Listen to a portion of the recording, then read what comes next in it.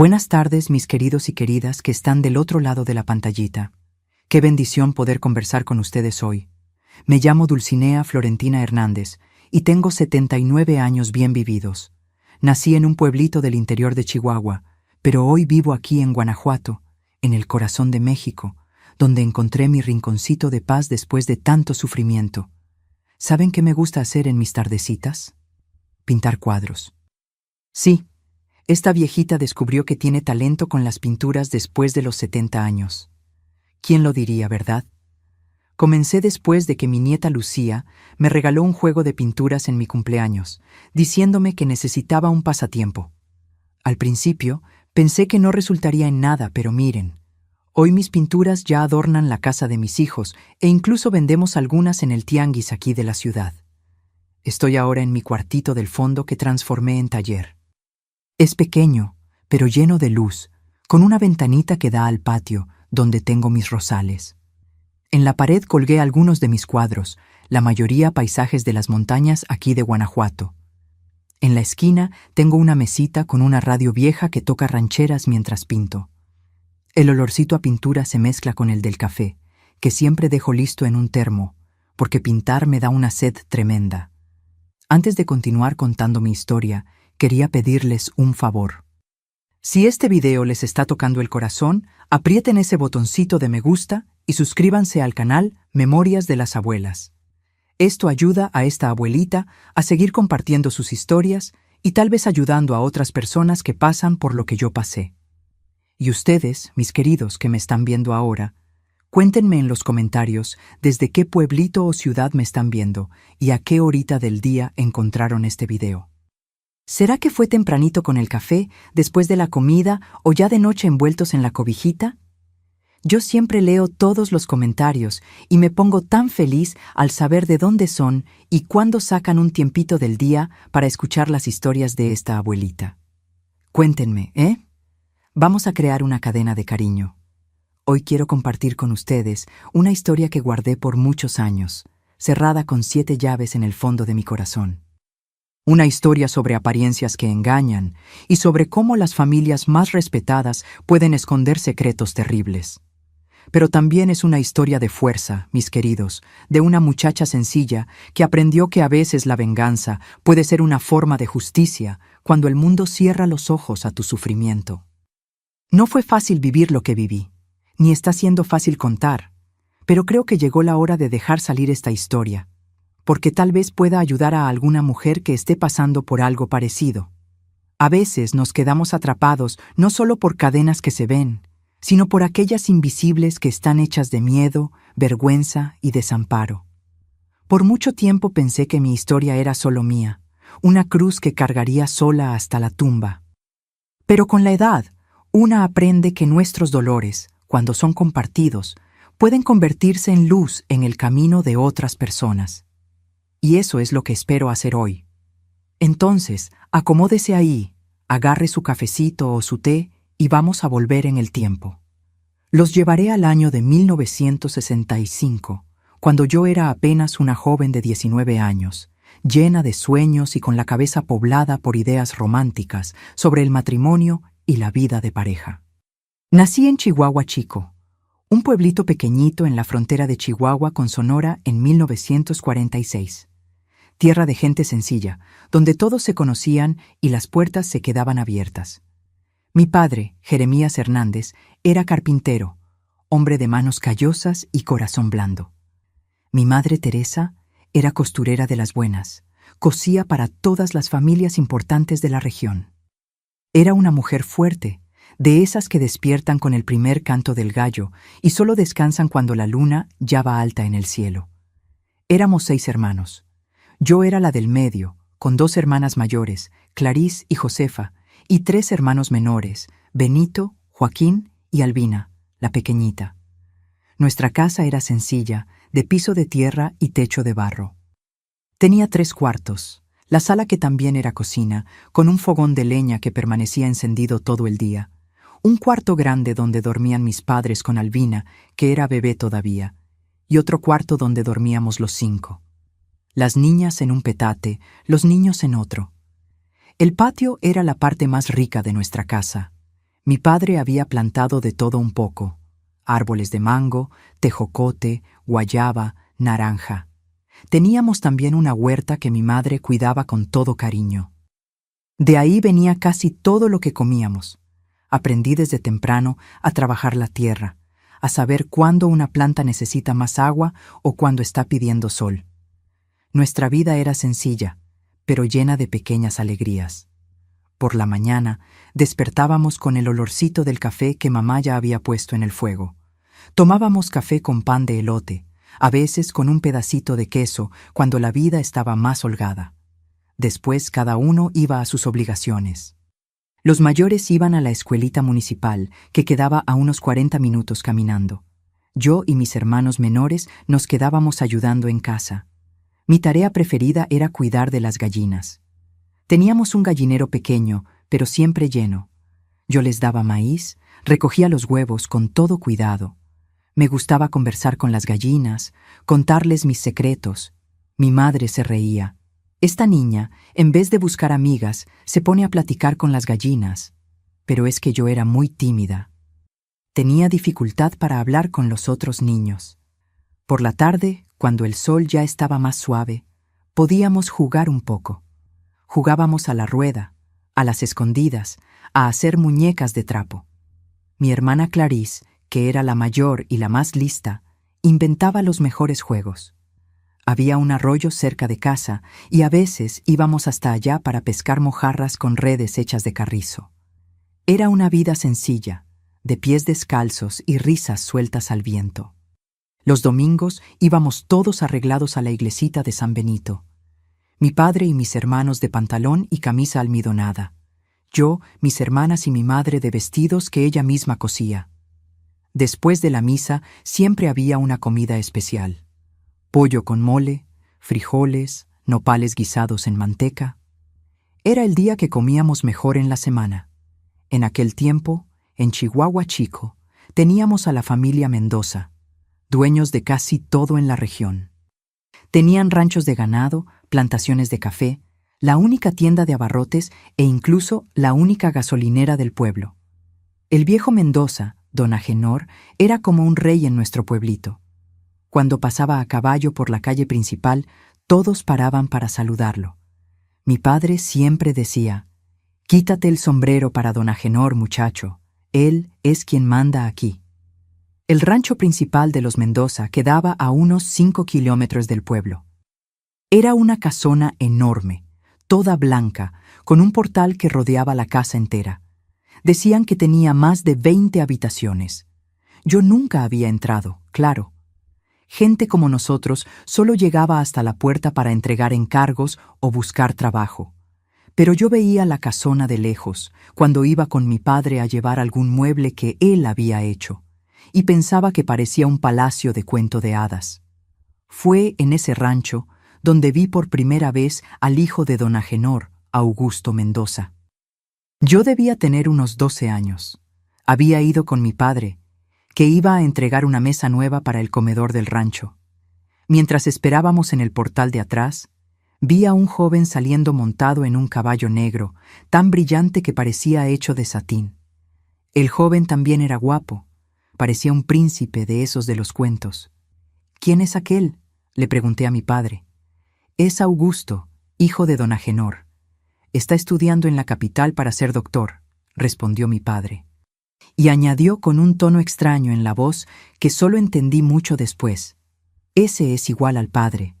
La manzana no cae lejos del árbol». Fue solo un instante, pero aquella imagen quedó guardada en mi cabeza. El joven guapo en el caballo negro como si hubiera salido de un sueño. A esa edad yo todavía creía en cuentos de hadas, en príncipes encantados. No sabía que los monstruos no siempre tienen apariencia de monstruos. A veces se esconden detrás de sonrisas encantadoras y palabras dulces.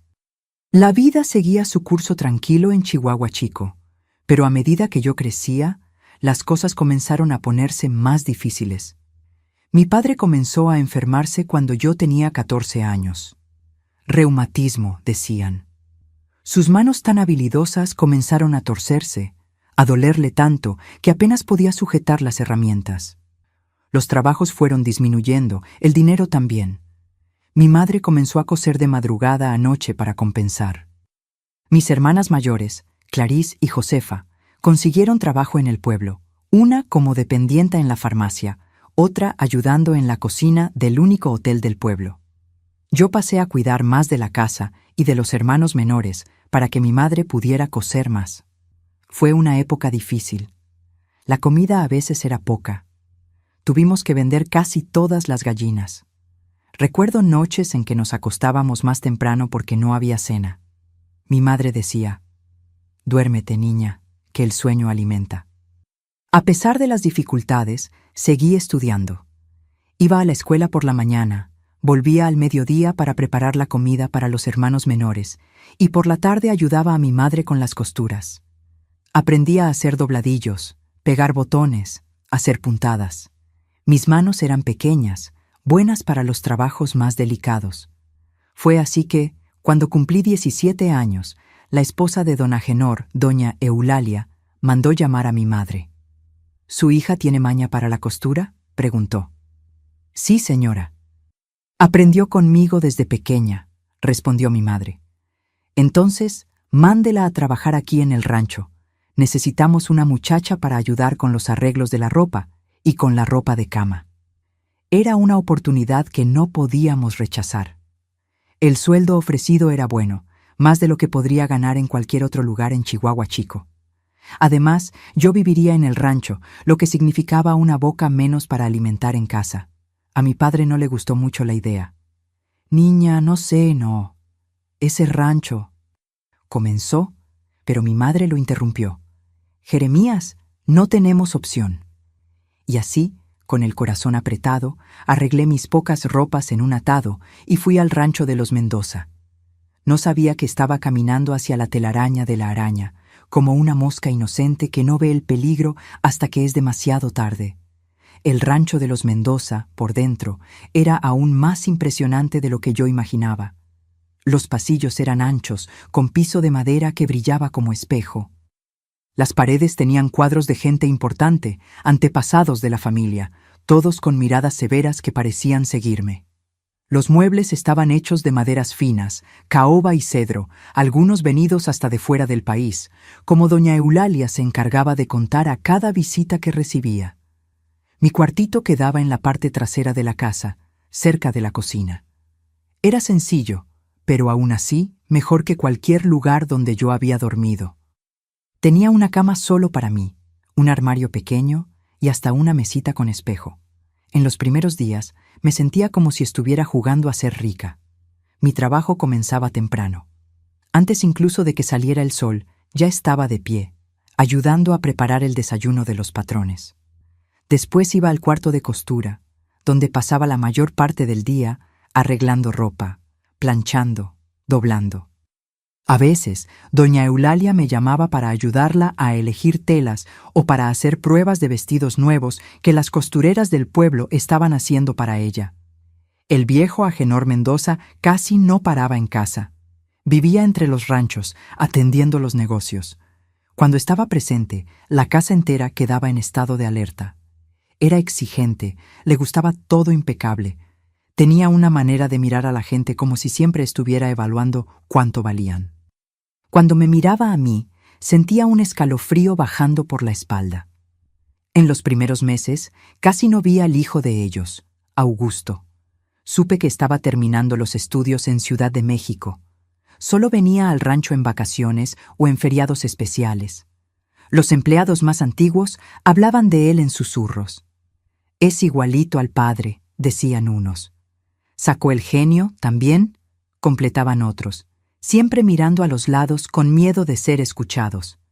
Fue en una Semana Santa de 1964 que Augusto volvió para pasar unos días en el rancho. Yo estaba en el jardín de atrás, tendiendo sábanas en el tendedero cuando él apareció. No estaba montado en el caballo negro esta vez, pero seguía guapo como lo recordaba. Tal vez hasta más. A los 26 años, Augusto Mendoza se había vuelto un hombre elegante, con una sonrisa que parecía iluminar todo alrededor. «¿Tú eres la nueva ayudante de mamá?», preguntó, parándose a unos pasos de mí. Me puse tan nerviosa que casi tiro la canasta de ropa. Sí, señor. Me llamo Dulcinea, respondí con los ojos bajos, como había aprendido que debía hablar con los patrones. No me llames señor, por favor. Soy Augusto, dijo con una risa ligera que sonaba como música a mis oídos. Desde aquel día, Augusto comenzó a aparecer por casualidad en los lugares donde yo estaba trabajando, en la sala de costura, en el jardín, hasta en la cocina, donde normalmente los hombres de la familia no entraban. Siempre traía alguna excusa, pero sus ojos no escondían el interés. Al principio, intenté esquivarlo.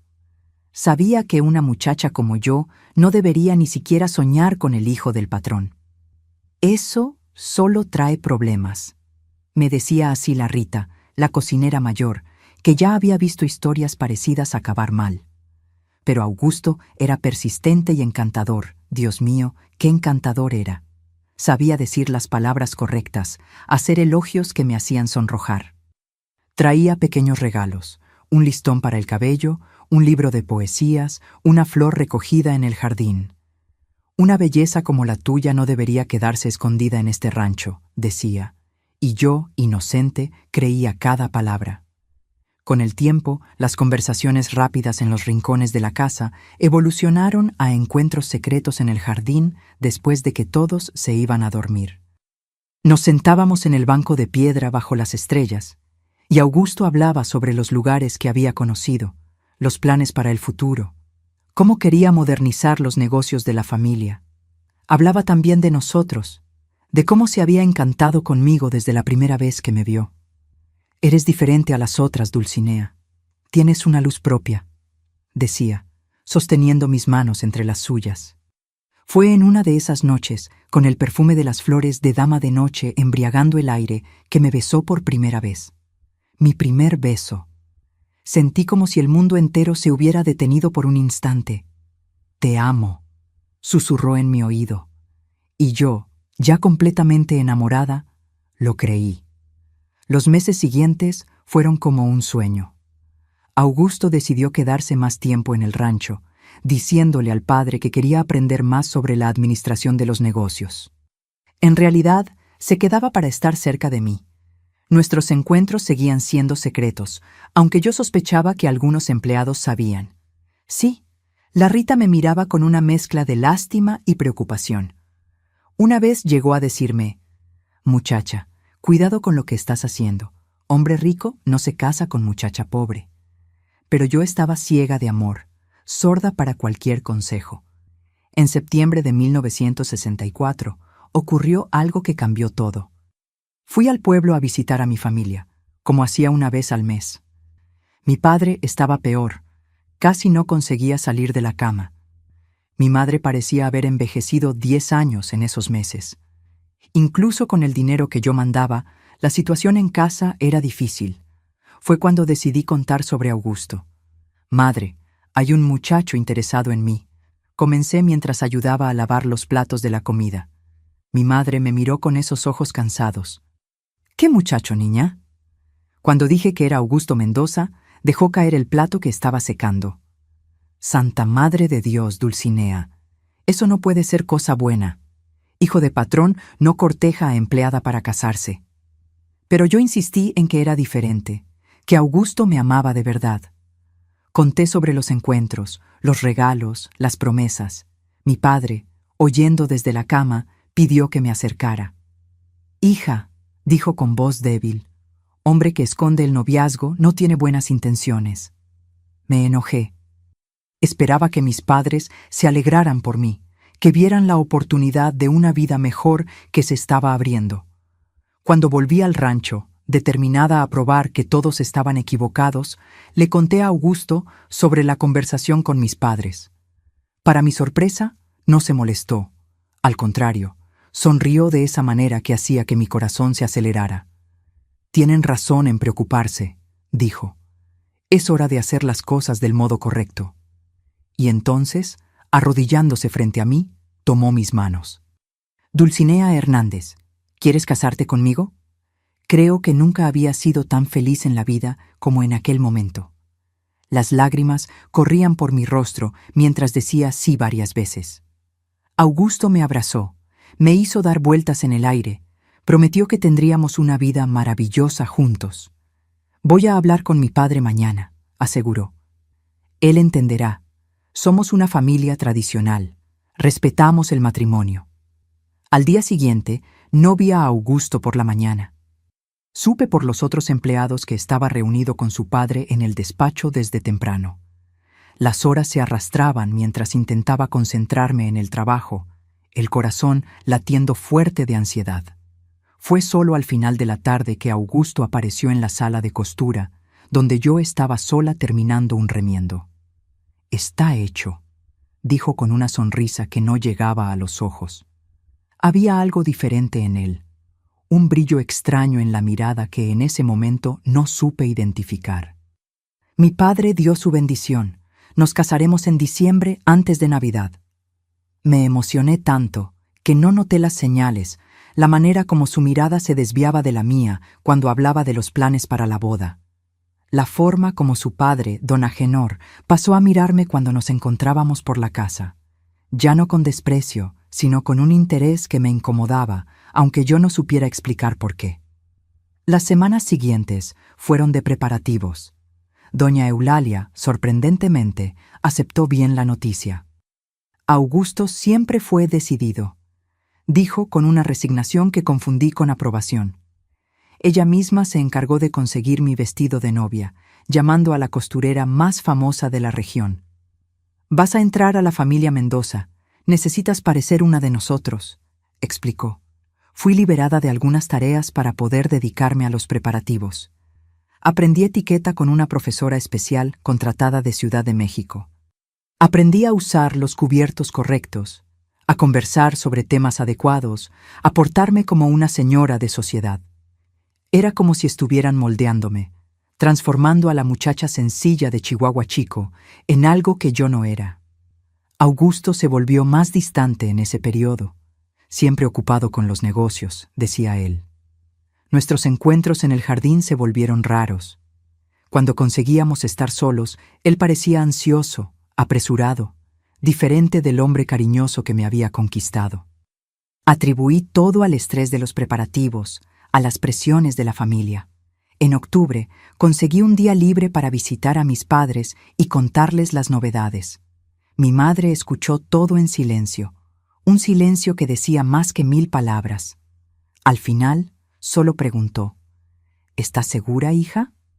Y yo, tonta que era, respondí con toda convicción: «Estoy segura, madre. Él me ama». Fue la última vez que vi a mi padre con vida. Falleció 2 semanas después, sin poder llevarme al altar, como siempre soñó. Su último consejo para mí fue: «Confía en tus instintos, hija. Si algo parece estar mal, probablemente lo está». La boda fue marcada para el 18 de diciembre de 1965.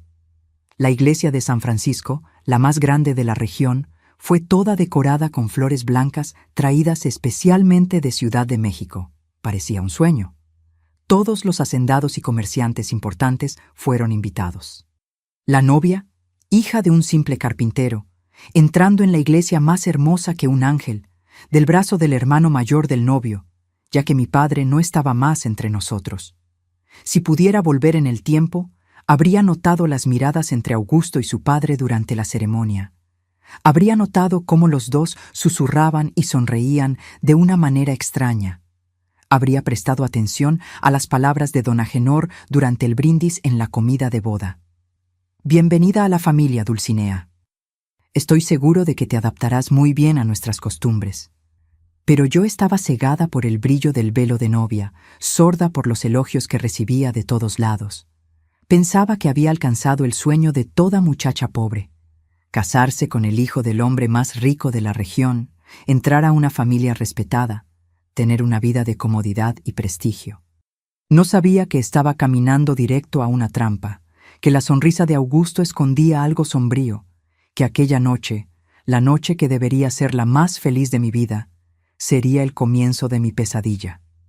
Después de la fiesta, ya entrada la noche, Fuimos a la suite nupcial, que había sido preparada especialmente para nosotros en el rancho.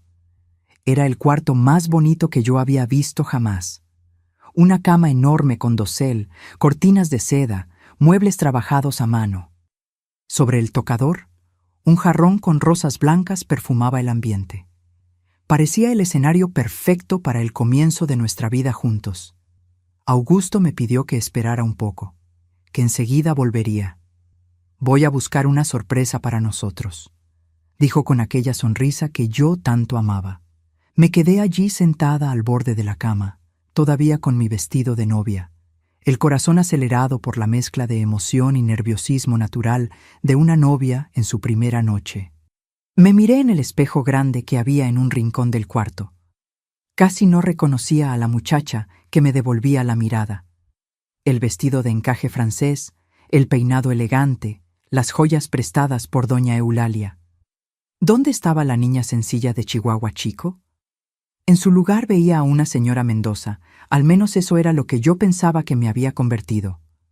Augusto tardó más de lo que esperaba. Comencé a inquietarme. Me quité el velo, los zapatos que me apretaban los pies. Caminé por la habitación, admirando los detalles, intentando calmar la ansiedad. Fue cuando escuché pasos en el pasillo. Arreglé el vestido, pasé las manos por los cabellos. Quería estar bonita para mi marido. La puerta se abrió, pero no era solo Augusto quien entraba. Con él venía su padre, don Agenor. Sentí un apretón en el estómago. ¿Por qué el suegro estaría ahí en un momento tan íntimo? «¿Qué pasa?», pregunté confundida. ¿Sucedió algo? Augusto cerró la puerta tras ellos. Su sonrisa ahora era diferente. Había algo frío en sus ojos que nunca había notado antes. «Todo está bien, Dulcinea», dijo en un tono calmo que no combinaba con la situación extraña. «Mi padre solo vino a darte las bienvenidas oficiales a la familia». Don Agenor se acercó. Tenía una copa en la mano. Me ofreció un brindis por nuestra nueva adquisición. La palabra me incomodó, pero acepté la bebida por educación. El líquido bajó caliente por la garganta, dejando un rastro de fuego. Nunca había bebido algo tan fuerte. «¿Sabes, Dulcinea?», comenzó Agenor, caminando por el cuarto como si fuera el dueño. Y de hecho lo era. «En la familia Mendoza tenemos algunas tradiciones». Se detuvo detrás de mí, tan cerca que pude sentir su aliento en mi cuello. Tradiciones que mantienen nuestro espíritu de familia. Miré a Augusto, esperando que él explicara lo que estaba pasando, que pidiera al padre que nos dejara solos. Pero él solo observaba con una media sonrisa en los labios, como si esperara algo. Fue cuando noté que la bebida comenzaba a afectarme.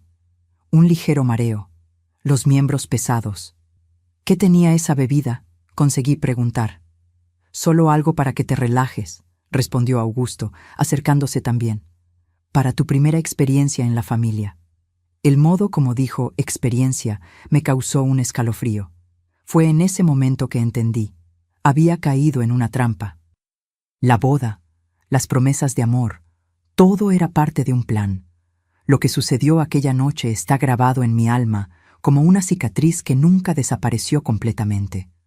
Las manos de mi suegro en lugares donde solo mi marido debería tocar. La voz de Augusto incentivando con palabras que nunca imaginé oír de él, y la frase que destruyó cualquier ilusión de amor que yo todavía pudiera tener. «Disfruta más, papá. Ella va a ser nuestra diversión ahora». Cuando finalmente me dejaron sola, horas después, yo estaba quebrada. No solo mi cuerpo, sino principalmente mi alma. Envuelta en las sábanas manchadas, lloré hasta no tener más lágrimas. ¿Cómo pude ser tan ciega? ¿Cómo no noté las señales? Las palabras de mi padre resonaban en mi mente. «Confía en tus instintos, hija. Si algo parece estar mal, probablemente lo está». Pensé en huir esa misma noche, pero ¿a dónde iría? Mi padre había fallecido. Mi familia apenas tenía condiciones de sostenerse. Y yo era, ahora, a los ojos de la sociedad, la señora Mendoza, esposa del heredero de la familia más poderosa de la región. ¿Quién creería en mis palabras contra las de ellos? A la mañana siguiente, Augusto actuó como si nada anormal hubiera ocurrido. Me trajo café a la cama, preguntó si había dormido bien, habló sobre los planes para el día. Sus ojos, sin embargo, tenían aquel brillo frío que yo ahora reconocía. No era amor lo que veía allí, era poder, el placer enfermizo de tener completo control sobre alguien. Las semanas siguientes fueron como vivir en una pesadilla de la que no conseguía despertar. Durante el día, frente a los empleados y visitantes, éramos la pareja perfecta, Augusto, el marido atento, yo, la joven esposa feliz por haber hecho un buen matrimonio. Pero cuando las puertas se cerraban, la máscara caía.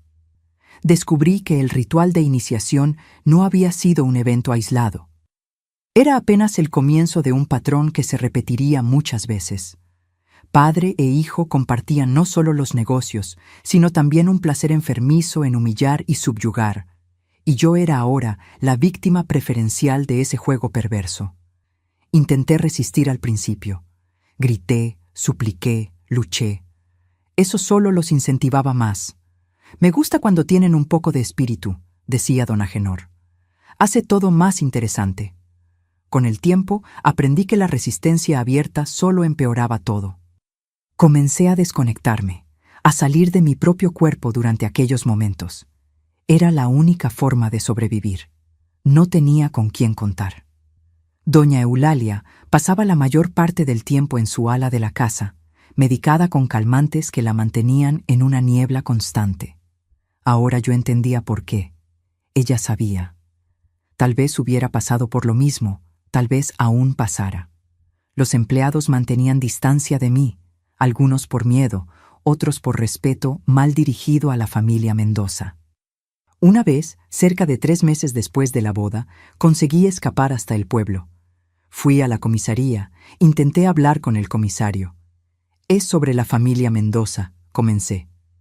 Él me interrumpió antes de que pudiera decir más. «Señora Mendoza, su marido llamó, avisando que usted anda un poco nerviosa. Dijo que puedo llamar al doctor si usted está causando problemas». Percibí entonces que no había salida. Ellos controlaban todo en la región: la política, la policía, los negocios, las personas. Volví al rancho, sabiendo que mi prisión no tenía rejas visibles, pero era tan real como cualquier celda. Augusto me esperaba en el portal, sonriendo como quien ya sabía el resultado de mi intento. «¿Todavía no has entendido, querida?», dijo, sujetando mi brazo con fuerza suficiente para dejar marcas. «Eres propiedad de los Mendoza ahora, para siempre». El aislamiento fue haciéndose cada vez mayor. Ya no podía visitar a mi familia sin la compañía de Augusto o de algún empleado de confianza. Mis cartas eran leídas antes de ser enviadas. El teléfono solo podía ser usado bajo supervisión. Mi vida entera pasó a ser controlada. Cada minuto, cada movimiento. Cuando descubrí que estaba embarazada, 6 meses después de la boda, tuve sentimientos conflictivos. Por un lado, estaba el horror de cargar al hijo de un hombre que yo ahora despreciaba. Por otro, una pequeña esperanza de que un bebé cambiara las cosas, que trajera algo de humanidad de vuelta a aquella casa. ¡Qué tontería! La noticia del embarazo apenas aumentó el control sobre mí. «Ahora cargas el futuro de los Mendoza», dijo don Agenor, poniendo la mano sobre mi vientre a un plano en un gesto que me causó repulsión. «Necesitamos asegurarnos de que todo saldrá bien». Un médico fue contratado para quedarse en el rancho, monitoreando cada aspecto del embarazo. Ya no podía salir, ni siquiera para caminar en el jardín sin compañía. Lo peor de todo era la soledad, no solo la física, sino la emocional. No tenía a nadie con quien compartir mi desesperación, nadie que supiera la verdad sobre lo que pasaba detrás de las paredes gruesas de aquel rancho. Por la noche, acostada en la cama junto al hombre que yo había juzgado amar, rezaba en silencio, a veces pidiendo liberación, otras veces la muerte, que parecía ser la única salida posible. Fue durante el embarazo que comencé a anotar cosas sobre los negocios de la familia. La habitación donde yo pasaba la mayor parte del tiempo quedaba cerca del despacho, donde Augusto y su padre se reunían con sus asociados. Las paredes eran gruesas. Pero si yo apoyaba un vaso de vidrio en la pared y ponía el oído del otro lado, conseguía escuchar parte de las conversaciones. No entendí todo al principio. Hablaban en códigos, usaban términos que yo desconocía, pero con el tiempo comencé a juntar las piezas. Los Mendoza no eran solo hacendados y comerciantes. Había algo mucho mayor detrás de la fachada de familia tradicional. Contrabando, documentos falsos, negocios con políticos corruptos, lavado de dinero. El imperio de ellos estaba construido sobre crímenes que, si fueran descubiertos, destruirían toda la reputación y poder que ostentaban. Aquel conocimiento no me servía de nada en ese momento. Estaba demasiado débil, demasiado vigilada para hacer cualquier cosa con la información, pero guardé todo en la memoria. Cada nombre mencionado, cada negocio sospechoso. Si algún día tuviera oportunidad, sería mi única arma contra ellos. Mi hijo nació en enero de 1967, después de un parto difícil. Un niño saludable, con los ojos del padre, pero al que amé inmediatamente, a pesar de todo. Lo llamé Gabriel, nombre de un ángel, con la esperanza de que fuera diferente, que no llevara la maldad de los Mendoza en la sangre. Por un breve momento, con Gabriel en brazos, sentí un propósito nuevo. No podía desistir ahora. Tenía a alguien que dependía de mí, alguien a quien yo necesitaba proteger. Pero pronto percibí que ni siquiera mi hijo sería realmente mío en aquella casa. Don Agenor se encargó de dejar eso claro en la primera vez que vio al nieto. Él será criado como un verdadero Mendoza, declaró, mirando al bebé con un orgullo posesivo que me causó escalofríos. Nosotros nos encargaremos de su educación. Necesita entender desde temprano el legado que lleva. Entendí entonces que a menos que encontrara una salida, mi hijo repetiría el ciclo. Sería moldeado a imagen del padre y del abuelo, enseñado a ver a las personas, especialmente a las mujeres, como objetos, propiedades a ser usadas y desechadas. No podía permitir eso. De alguna forma, necesitaba romper aquel ciclo de horror. Pero, ¿cómo? La respuesta comenzó a formarse lentamente en las largas noches en que me quedaba despierta, oyendo la respiración de mi bebé en la cuna al lado de la cama. Necesitaba ser paciente, necesitaba observar, aprender, reunir información y, sobre todo, necesitaba hacer que ellos bajaran la guardia, que dejaran de verme como una amenaza. Y así comencé mi larga actuación. Me convertí en la esposa perfecta, sumisa, resignada con su destino. Nunca más intenté resistir, nunca más lloré donde pudieran verme. Sonreía cuando esperaban que sonriera. Agradecía por las atenciones que me daban. Fingía aceptación. Por fuera era la señora Mendoza, orgullosa de su estatus. Por dentro calculaba cada paso de mi venganza. Los años siguientes fueron un ejercicio diario de paciencia y disimulo. Cada sonrisa falsa, cada palabra dulce dicha a quien yo despreciaba, era como tragar veneno. Pero yo tragaba, pues sabía que mi supervivencia, y más importante, la de Gabriel, dependía de eso. Mi hijo crecía demasiado rápido. A los 3 años, en 1970, ya mostraba una inteligencia viva que, a pesar de todo, había heredado del padre. Sus ojos curiosos observaban todo. Sus preguntas muchas veces me dejaban sin respuesta. ¿Por qué el abuelo te grita, mamá?, preguntó una vez después de presenciar una de las humillaciones a las que yo era sometida diariamente. Tragué el nudo en la garganta y respondí. A veces los adultos hablan alto cuando están preocupados, mi amor. ¿Cómo explicar lo inexplicable a un niño? Conforme fingía la aceptación, percibí que la vigilancia sobre mí disminuía gradualmente. Augusto y don Agenor comenzaron a verme menos como una amenaza y más como un objeto permanente, algo que estaría siempre ahí disponible para su entretenimiento perverso. Esa falsa sensación de seguridad de ellos fue mi primera pequeña victoria. Comencé a prestar más atención a las conversaciones en el despacho. Ahora que me juzgaban domada, a veces hablaban de negocios en mi presencia, como si yo fuera invisible o incapaz de comprender. Anotaba mentalmente cada nombre, cada valor, cada transacción sospechosa. El rompecabezas de los negocios turbios de los Mendoza iba formándose en mi mente. En 1973, cuando Gabriel tenía 6 años, ocurrió algo que cambió todo. Don Agenor trajo a casa a un joven contador, Ernesto Vieira, recién graduado en Ciudad de México. Era un muchacho flaco, con gafas, aparentemente tímido, que había sido contratado para organizar las cuentas de la familia. En realidad, su trabajo era crear una contabilidad paralela para esconder las ganancias ilegales. Ernesto era diferente de los otros hombres que frecuentaban el rancho. No tenía ese aire arrogante, esa complicidad silenciosa con los secretos de los Mendoza. Cuando me miraba, había algo en sus ojos, respeto, tal vez hasta compasión. Percibí que él notaba las marcas que a veces yo no conseguía esconder completamente. Los moretones disimulados con polvo de arroz y mangas largas incluso en el calor. Una tarde, mientras yo servía café en el despacho durante una reunión, nuestras manos se tocaron brevemente cuando él tomó la taza. Dejó caer un pequeño papel en la bandeja. «Búsqueme cuando pueda», decía la nota con un número de teléfono. Escondí el papel rápidamente, el corazón latiendo fuerte. Era demasiado arriesgado para mí y para él, pero también era la primera oferta real de ayuda en casi 8 años de prisión. Tardé semanas en crear valor y una oportunidad.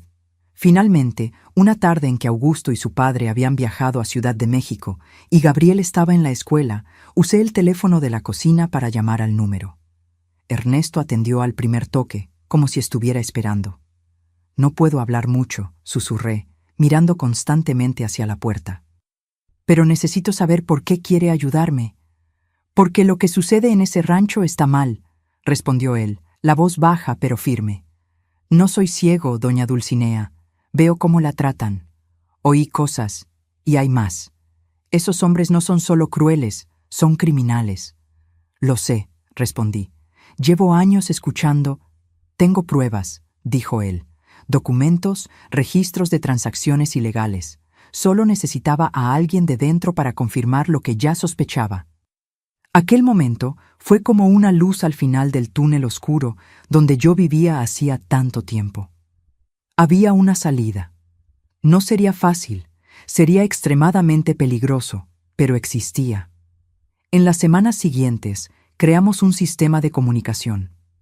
Pequeñas notas intercambiadas durante las visitas de él al rancho. Informaciones pasadas en frases codificadas cuando nos encontrábamos en presencia de otros. Poco a poco, fuimos montando el caso contra los Mendoza, él con los documentos financieros, yo con los detalles de las reuniones, nombres de políticos y autoridades involucradas, fechas de entregas sospechosas. Nuestro plan estaba avanzando, lento pero seguro, cuando ocurrió el incidente que se convirtió en mi gota de agua que colmó el vaso. Era una noche caliente de marzo de 1974. Gabriel, entonces con 7 años, tuvo una pesadilla y vino a mi cuarto. Augusto y yo dormíamos separados desde hace años, una concesión que él había hecho después de que Gabriel naciera. Calmé a mi hijo, conté una historia, me quedé a su lado hasta que se durmiera nuevamente. Estaba llevándolo de vuelta a su cuarto cuando encontramos a Agenor en el pasillo. Él había bebido, como era común en las noches de jueves, cuando sus amigos venían a jugar cartas. «Ah, el joven heredero está despierto», preguntó con aquella sonrisa que yo conocía tan bien y que siempre me causaba escalofríos. «Ya es hora de que comience a aprender algunas cosas sobre ser un hombre». Extendió la mano para tocar el rostro de Gabriel. Algo dentro de mí explotó en aquel momento. Todo el miedo, toda la rabia contenida por años vino a la superficie como un tsunami. «No toque a mi hijo», dije con una voz que no parecía mía, alejando a Gabriel detrás de mí. La sonrisa de Agenor desapareció. «Parece que alguien olvidó su lugar», gruñó. Avanzó hacia mí, pero yo no retrocedí. Por primera vez en casi una década, no me encogí ante él. «Ve a tu cuarto, Gabriel», ordené, sin quitar los ojos de Agenor. «Ahora, mi hijo». Asustado, corrió por el pasillo. Tan pronto como desapareció, Agenor me agarró por el brazo, torciéndolo con fuerza. «Nunca más vas a hablarme de ese modo», siseó. «Nunca más vas a impedir que haga lo que quiera en esta casa, incluso con ese niño». Lo que sucedió enseguida es un borrón en mi memoria. Recuerdo gritar, luchar con una fuerza que no sabía que tenía. Recuerdo el sonido de vidrio rompiéndose, un jarrón que derribamos durante la lucha. Recuerdo a Augusto apareciendo, el asombro en su rostro al ver la escena. Su esposa sumisa, enfrentando al patriarca de la familia. El castigo fue inmediato y brutal. Me encerraron en el sótano de la casa, un lugar húmedo y oscuro, donde normalmente guardaban herramientas y productos del rancho. Sin comida, sin agua, solo con las ratas y las cucarachas como compañía. «Tal vez algunos días aquí te enseñen a ser agradecida por el techo que te dimos», dijo Augusto, cerrando la pesada puerta de madera. No sé cuántos días pasé en aquel sótano. Perdí la noción del tiempo en la oscuridad casi completa. Mi cuerpo dolía por las agresiones. Mi boca estaba seca por la sed. Pero peor que todo era la preocupación por Gabriel. ¿Qué le estarían diciendo? ¿Que yo había huido? ¿Que estaba enferma? ¿O la verdad terrible de que su madre estaba siendo castigada por desafiar la autoridad de la casa? En algún momento escuché la puerta abrirse. Era de noche. Pude notarlo por la oscuridad allá afuera. Una figura entró sigilosamente, no Augusto o Agenor, sino Ernesto. Traía una botella de agua, un pan y, más importante, noticias. «Su hijo está bien», susurró mientras yo bebía el agua ávidamente. «Le dijeron que usted está enferma, en cuarentena, pero no podemos esperar más. Tenemos que actuar ahora». Con dificultad le expliqué mi mayor miedo. «Si huyo, nunca más veré a Gabriel. Ellos nunca permitirán que me lo lleve y nunca me dejarán verlo de nuevo». Ernesto sostuvo mis manos temblorosas. «No es una fuga lo que estoy proponiendo, doña Dulcinea. Es justicia. Tengo todas las pruebas ahora. Documentos, grabaciones, todo lo que la Policía Federal necesita para derribar el imperio de ellos. Pero necesitamos actuar rápido antes de que descubran lo que estamos haciendo». Fue allí, en aquel sótano oscuro, sucia y herida, que tomé la decisión final. No huiría, no abandonaría a mi hijo. Destruiría a los Mendoza con sus propias armas, el dinero y el poder que tanto apreciaban. «¿Qué necesitamos hacer?», pregunté, sintiendo una determinación fría sustituir el miedo. El plan era audaz. Ernesto tenía un amigo periodista en Monterrey que trabajaba para un gran periódico y contactos en la Policía Federal, que venía investigando crímenes financieros en el estado desde hace meses. Si conseguíamos entregar las pruebas a ellos, simultáneamente crearíamos un escándalo demasiado grande para ser acallado, incluso con toda la influencia de los Mendoza en la región. «¿Pero cómo saldré de aquí?», pregunté. «¿Y cómo podemos garantizar que Gabriel estará seguro?». «La sacaré esta noche», dijo él. «Diremos que estamos yendo a buscar medicinas al pueblo. En cuanto a su hijo, no podemos llevarlo ahora. Sería muy arriesgado, pero tan pronto como los arrestos ocurran, usted podrá buscarlo legalmente. Será la primera cosa que haremos». Aquella noche, con el corazón partido por dejar a Gabriel atrás, aunque fuera temporalmente, salí del rancho de los Mendoza por primera vez en años. Ernesto había convencido a Augusto de que yo necesitaba antibióticos específicos, que solo podrían ser encontrados en la farmacia del pueblo. Como yo estaba demasiado débil para ir sola, él se ofreció para llevarme. «Si no vuelve en 2 horas, sabré que intentó algo», amenazó Augusto, «y sabes lo que sucederá con el niño». Salimos en el coche de Ernesto, fingiendo ir al pueblo. Pero tan pronto como estábamos suficientemente lejos del rancho, tomamos la carretera hacia Ciudad de México. Era la primera fase de nuestro plan. De allí, tomaríamos un avión para Monterrey, donde el periodista y los agentes federales nos aguardaban. Mirando por la ventana del coche hacia la noche oscura, con las estrellas brillando en el cielo de Chihuahua, hice una promesa silenciosa a Gabriel.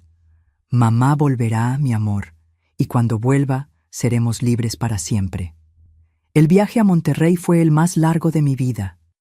Cada kilómetro que nos alejaba de Chihuahua Chico era un kilómetro más lejos de Gabriel. Aún sabiendo que era el único camino posible, mi corazón de madre sangraba de preocupación. Ernesto percibía mi aflicción e intentaba confortarme. «Es cuestión de días, doña Dulcinea. Pronto tendremos a su hijo de vuelta». Llegamos a Monterrey una mañana gris de abril. La ciudad grande, con sus edificios altos y calles movidas, me asustó. Yo, que pasé los últimos 8 años confinada en un rancho, apenas recordaba cómo era el mundo allá afuera. Ernesto me llevó directamente al apartamento de su amigo periodista, Claudio Ferreira, que trabajaba en El Norte, uno de los periódicos más influyentes del norte del país. Claudio era un hombre de mediana edad, con ojos agudos que parecían ver a través de las personas. Cuando me vio, flaca, herida y asustada, su expresión se endureció. «¿Qué le hicieron?», preguntó, la voz cargada de indignación. Fue la primera vez que alguien, además de Ernesto, demostró verdadera preocupación por lo que yo había pasado. Sentada en la pequeña sala del apartamento, conté mi historia. No omití nada. Los abusos, las humillaciones, el control absoluto que los Mendoza ejercían sobre mi vida. Hablé de mi hijo, de las amenazas veladas que hacían sobre lo que podría suceder con él. Y finalmente, detalle por detalle, expuse los negocios ilegales de la familia, los ranchos usados para lavado de dinero, los políticos comprados, los documentos falsificados, el contrabando que cruzaba la frontera con Estados Unidos. Claudio grababa todo, haciendo preguntas ocasionales para aclarar algún punto. Cuando terminé, ya era de noche. Él apagó la grabadora y dijo con firmeza: «Esto no es solo un reportaje, es caso de Policía Federal». Al día siguiente, Ernesto llegó con 2 hombres serios, vestidos con trajes discretos. Se presentaron como agentes de la Policía Federal, de la División de Crímenes Financieros. Tuve que recontar toda la historia, ahora con más detalles sobre fechas, valores, nombres. Ernesto complementaba con los documentos que había copiado secretamente a lo largo de los meses: balances falsos, recibos adulterados, contratos de fachada. «¿Qué sucede ahora?», pregunté después de horas respondiendo preguntas. «Necesitamos actuar rápido y con precisión», respondió el agente mayor, que se llamaba Teodoro. «Los Mendoza son poderosos, tienen conexiones. Si sospechan que estamos llegando, pueden destruir pruebas, transferir dinero a cuentas en el exterior, incluso huir del país». El plan que elaboramos era audaz.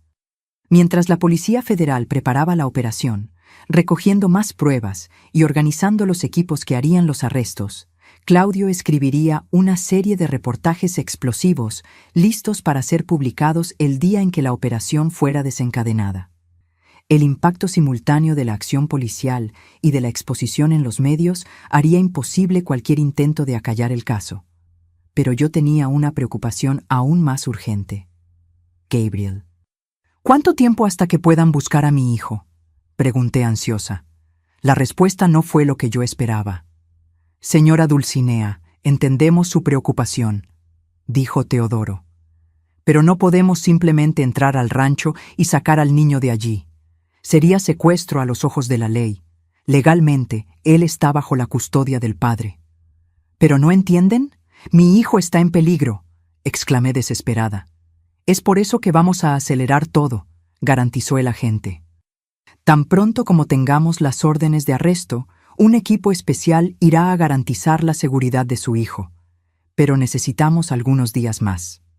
Aquellos fueron los días más largos de mi vida. Hospedada en un pequeño hotel en el centro de Monterrey, bajo protección discreta de los agentes federales, apenas conseguía dormir, imaginando lo que podrían estar diciéndole a Gabriel sobre mi desaparición. Rezaba para que Augusto estuviera tan preocupado en esconder los rastros de sus crímenes que no tuviera tiempo para descargar su rabia en nuestro hijo. Claudio venía a visitarme diariamente con nuevas preguntas para sus reportajes. Un día trajo una propuesta diferente. «Quiero incluir su testimonio completo, Dulcinea, con su nombre, su foto. Su rostro humanizará esta historia, mostrará que no estamos hablando solo de crímenes financieros, sino de vidas destruidas». Vacilé. Exponer mi historia públicamente significaba exponer también mi vergüenza, mi sufrimiento más íntimo. Pero entonces pensé en cuántas otras mujeres podrían estar viviendo situaciones semejantes, presas en matrimonios que eran prisiones, silenciadas por el miedo y la vergüenza. Lo haré, decidí, pero con una condición: que no publique nada que pueda herir a mi hijo ahora o en el futuro. Claudio concordó y a la mañana siguiente vino con un fotógrafo. Hice cuestión de ser fotografiada de frente, mirando directamente a la cámara, sin esconder las marcas que todavía tenía en el rostro. Quiero que vean lo que ellos hicieron, expliqué. Quiero que sepan que sobreviví. Después de 10 días de preparación intensa, Teodoro llegó al hotel con la noticia que yo tanto esperaba. Es mañana. Las órdenes fueron expedidas. Equipos están posicionándose en Chihuahua Chico y en Ciudad de México, donde Agenor Mendoza está en este momento. Pasé la noche en vela rezando. A las 6 de la mañana, Teodoro llamó. La operación había comenzado. A las 7, la primera edición extra de El Norte estaba en las calles, con el titular que cambiaría para siempre la historia de Chihuahua Chico. Imperio del crimen, la verdadera cara de los Mendoza. Lo que ocurrió en las horas siguientes parecía una película. Las noticias llegaban en secuencia.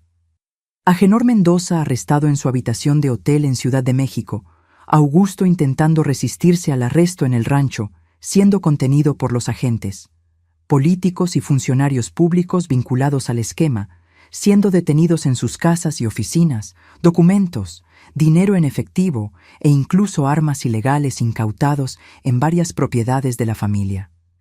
Y finalmente la noticia que más esperaba: Gabriel estaba seguro. Una asistente social lo acompañaba y estaban camino a Ciudad de México, donde yo debía encontrarlos. El reencuentro con mi hijo en la oficina de la Policía Federal en Ciudad de México fue el momento más emocionante de mi vida. Gabriel corrió a mis brazos en cuanto me vio, llorando y preguntando dónde había estado. Mamá tuvo que resolver algunas cosas importantes, mi amor, expliqué, sosteniendo su carita entre mis manos. Pero ahora estoy aquí y nunca más te voy a dejar. En los días que siguieron, el escándalo de los Mendoza dominó los noticieros de todo el país. Los reportajes de Claudio, publicados en serie, revelaban cada detalle sórdido del imperio criminal. Mi testimonio, con foto y todo, apareció en el tercer reportaje de la serie, bajo el título La prisionera del rancho, el lado humano del imperio Mendoza. La reacción del público fue abrumadora. Recibí cientos de cartas de apoyo, principalmente de mujeres que se identificaban con partes de mi historia. Algunas relataban abusos semejantes, otras agradecían por darles valor para buscar ayuda. Percibí que mi dolor compartido se estaba transformando en algo mayor que yo misma. El juicio de los Mendoza fue uno de los más largos y complejos de la historia judicial de la región. Agenor fue condenado a 28 años de prisión por crímenes que iban desde evasión fiscal hasta formación de organización criminal. Augusto recibió 22 años con agravantes por coacción de testigos. Había intentado sobornar a empleados del rancho para que negaran mi testimonio. En cuanto a mí y Gabriel, comenzamos una nueva vida. Con la ayuda de Claudio y de una organización de apoyo a mujeres víctimas de violencia, conseguí un pequeño apartamento en Ciudad de México y un empleo como asistente en una tienda de ropa. No era mucho, pero era nuestro. Y, sobre todo, éramos libres. Fueron años difíciles de reconstrucción. Gabriel tenía pesadillas frecuentes y yo también. Ambos necesitamos acompañamiento psicológico para procesar el trauma, pero estábamos juntos y cada día aprendíamos un poco más sobre cómo vivir sin miedo. El caso Mendoza continuó repercutiendo por años. Inspiró cambios en leyes sobre violencia doméstica. El libro que Claudio escribió sobre el caso se convirtió en un bestseller y parte de las ganancias fue donada a instituciones que ayudaban a mujeres en situación de violencia.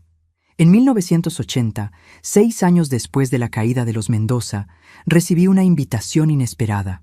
Una escuela en Guanajuato buscaba una profesora asistente para clases de costura y artesanía. Era una oportunidad de recomenzar en una ciudad donde nadie conocía mi historia, donde Gabriel y yo podríamos ser solo una familia más, sin el peso del pasado persiguiéndonos. Aceptamos la invitación y nos mudamos a Guanajuato. Gabriel tenía 13 años entonces. Estaba creciendo fuerte y saludable, sin señales de haber heredado la crueldad del padre. En la nueva ciudad encontramos paz, hice amistades verdaderas. Aprendí a confiar nuevamente en las personas. Gabriel prosperó en la escuela, mostrando un talento especial para matemáticas y ciencias. Años más tarde, cuando Gabriel ya estaba en la universidad en Ciudad de México, estudiando Derecho, irónicamente, con el sueño de ayudar a personas que, como nosotros, habían sido víctimas de poderosos, recibí la noticia.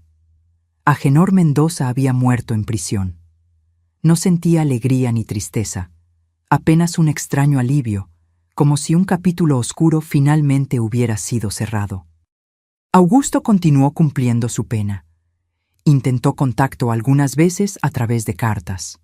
Nunca respondí. Algunas heridas son demasiado profundas para ser curadas por palabras. Algunos perdones están más allá de mi capacidad. Lo que pude hacer fue seguir adelante, construyendo algo bueno a partir de las ruinas que ellos habían dejado. Y así, con paciencia y persistencia, reconstruí mi vida. No más como la señora Mendoza, ni como la víctima, cuya foto apareció en los periódicos, sino como Dulcinea Hernández, una mujer que aprendió que la mayor venganza contra aquellos que intentan destruirla es vivir bien, con dignidad y paz. Guanajuato se convirtió en mi verdadero hogar. En estas calles empedradas, entre casas coloniales e iglesias antiguas, encontré la paz que tanto busqué. Hoy, a los 79 años, me despierto temprano todos los días con el primer canto de los pájaros. Hago un café fuerte al estilo mexicano y me siento en el portal de atrás para apreciar el amanecer, pintando de dorado las montañas que rodean la ciudad. Mi casa es pequeña, pero acogedora, en el barrio de Valenciana. Tiene un jardín donde cultivo rosas de todos los colores, albahaca, romero e incluso un árbol de guayaba que da frutos 2 veces al año. Cuando las guayabas están maduras, los niños del vecindario vienen a pedir para recogerlas, y yo siempre los dejo, con la condición de que se sienten un poco para escuchar una historia. Gabriel se graduó en Derecho, y hoy, a los 58 años, es fiscal. Se especializó en casos de violencia doméstica y trata de personas. Sé que la elección de la carrera fue influenciada por nuestra historia, por la determinación de proteger a aquellos que, como nosotros, fueron víctimas de personas poderosas. Se casó con Raquel, una profesora universitaria, y me dieron 3 nietos maravillosos. Mateo, de 32 años, que ya es médico, Julia, de 28, arquitecta, y Lucas, de 25, que siguió los pasos del padre y está terminando Derecho. Mis nietos saben de nuestra historia. Gabriel hizo cuestión de contarles cuando alcanzaron edad suficiente para entender. No los detalles más oscuros, claro, pero lo esencial, que su abuela fue prisionera de un matrimonio abusivo y encontró fuerzas para liberarse y reconstruir la vida. Creo importante que lo sepan. Es parte de la historia de nuestra familia y muestra que incluso en las situaciones más desesperadas siempre hay esperanza. Mi rutina diaria es tranquila. Por la mañana cuido del jardín y de la casa. 3 veces por semana voy a la escuela municipal, donde di clases por tantos años. Aunque esté jubilada hace más de una década, continúo como voluntaria, enseñando artesanía a niños necesitados. Ver el brillo en los ojos de ellos cuando consiguen crear algo con las propias manos me llena de alegría. Por las tardes, principalmente cuando el tiempo está bueno, me dedico a la pintura en mi pequeño taller improvisado en la parte trasera de la casa. Comencé a pintar tarde en la vida, como conté al inicio. Fue un regalo inesperado que la vejez me trajo. Nunca imaginé que tendría ese talento adormecido dentro de mí. Mis pinturas son sencillas, paisajes de Guanajuato, naturalezas muertas, escenas de lo cotidiano, pero cada una lleva un pedacito de mi alma. Una vez al mes, Expongo algunos cuadros en la feria de artesanía de la ciudad. No es por el dinero, aunque sea una ayudita bienvenida para complementar la jubilación. Es más por la alegría de ver algo que creé siendo apreciado, llevado a otros hogares, volviéndose parte de la vida de otras personas. Tengo buenos amigos aquí. Doña Iracema, mi vecina de 82 años, viene a tomar café conmigo casi todas las mañanas. Intercambiamos recetas, chismeamos un poco sobre los acontecimientos de la ciudad, nos reímos de nuestros dolores en las articulaciones. El padre Simón de la iglesia de San Francisco, siempre para una conversación cuando paso frente a la iglesia. Y está el grupo del tejido que se reúne los jueves en la casa de doña Hilda. 6 señoras, todas con historias de vida tan ricas como los encajes que producimos juntas. Estoy agradecida por haber encontrado esta comunidad que me acogió. Cuando llegamos aquí, Gabriel y yo éramos apenas una madre soltera y su hijo adolescente.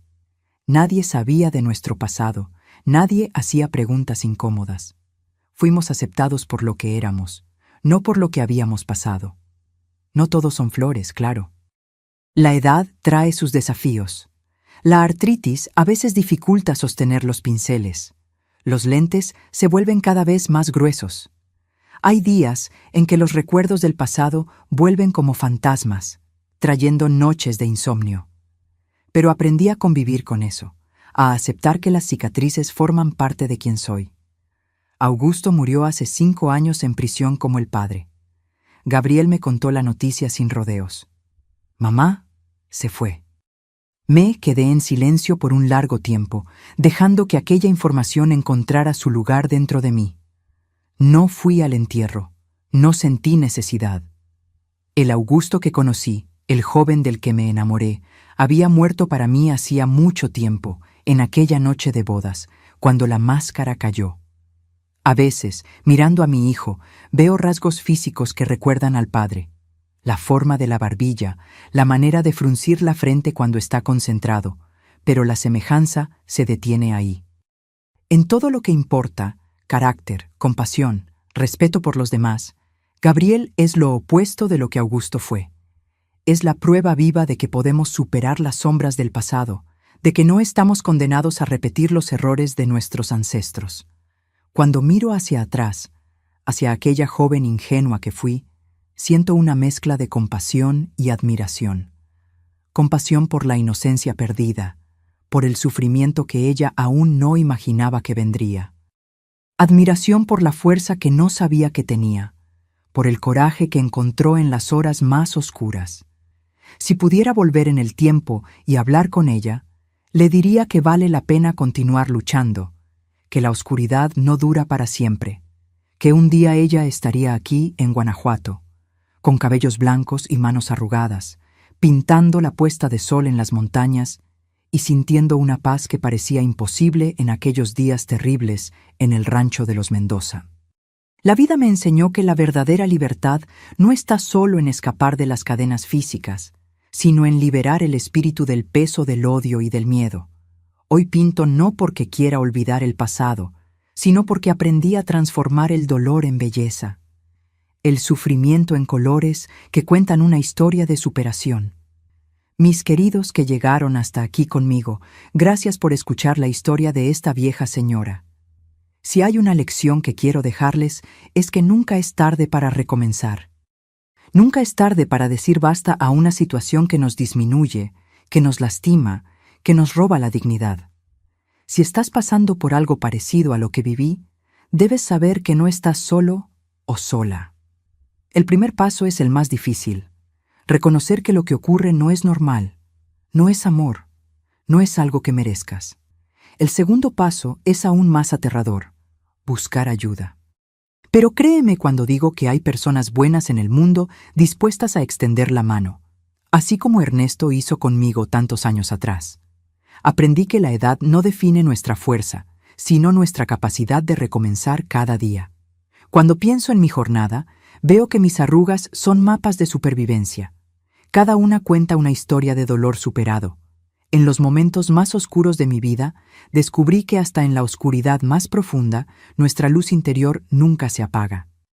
La vida me enseñó que somos más fuertes de lo que imaginamos, especialmente cuando pensamos que ya no aguantamos más. Cuando estaba en aquel sótano, débil y herida, pensé que era el fin, pero no lo era. Era apenas el comienzo de una nueva jornada. Mi historia no es sobre lo que me hicieron, sino sobre cómo elegí responder. Podría haberme ahogado en el odio, en la amargura. En vez de eso, elegí vivir. Elegí criar a un hijo con amor, construir una comunidad, encontrar belleza en las pequeñas cosas, como los colores que ahora mezclo en mis lienzos. En cada país, en cada cultura, hay mujeres y hombres viviendo situaciones de abuso, presos en relaciones que son verdaderas prisiones. Si conoces a alguien así, sé la mano amiga que esa persona necesita. A veces, todo lo que alguien necesita para encontrar coraje es saber que no está solo, que alguien cree en él. Busca información sobre organizaciones de apoyo en tu región. Hay personas dedicadas a ayudar a víctimas de violencia doméstica en todo el mundo. La dignidad y el respeto son valores universales, derechos que pertenecen a cada ser humano, no importa dónde esté. El tiempo no cura todas las heridas, pero nos enseña a vivir con ellas y aún así sonreír. Aprendí que la verdadera fortaleza no está en nunca caer, sino en levantarse todas las veces. Y es eso lo que deseo para ti, mi querido o mi querida. Fuerza para levantarte una vez más, siempre que la vida te derribe. Y antes de despedirme, quería hacer un pedido especial. Si esta historia tocó tu corazón, si alguna parte de mi jornada resonó contigo, por favor, aprieta el botón de me gusta y suscríbete al canal Memorias de las Abuelas. Tu suscripción ayuda a esparcir estas historias de superación a más personas que puedan estar necesitando oír que hay esperanza, que hay salida, que hay vida más allá del abuso. Deja en los comentarios la palabra recomienzo para que yo sepa que llegaste hasta el final de esta historia conmigo. Hazlo ahora. No esperes ni un minuto más. Cada suscripción, cada comentario, es como un abrazo que recibo de ustedes. Es la certeza de que mi historia no fue en vano, que puede ayudar a alguien a encontrar su propio camino hacia la libertad. Que Dios bendiga a cada uno de ustedes, mis queridos. De la abuelita Dulcinea, con todo el cariño del mundo.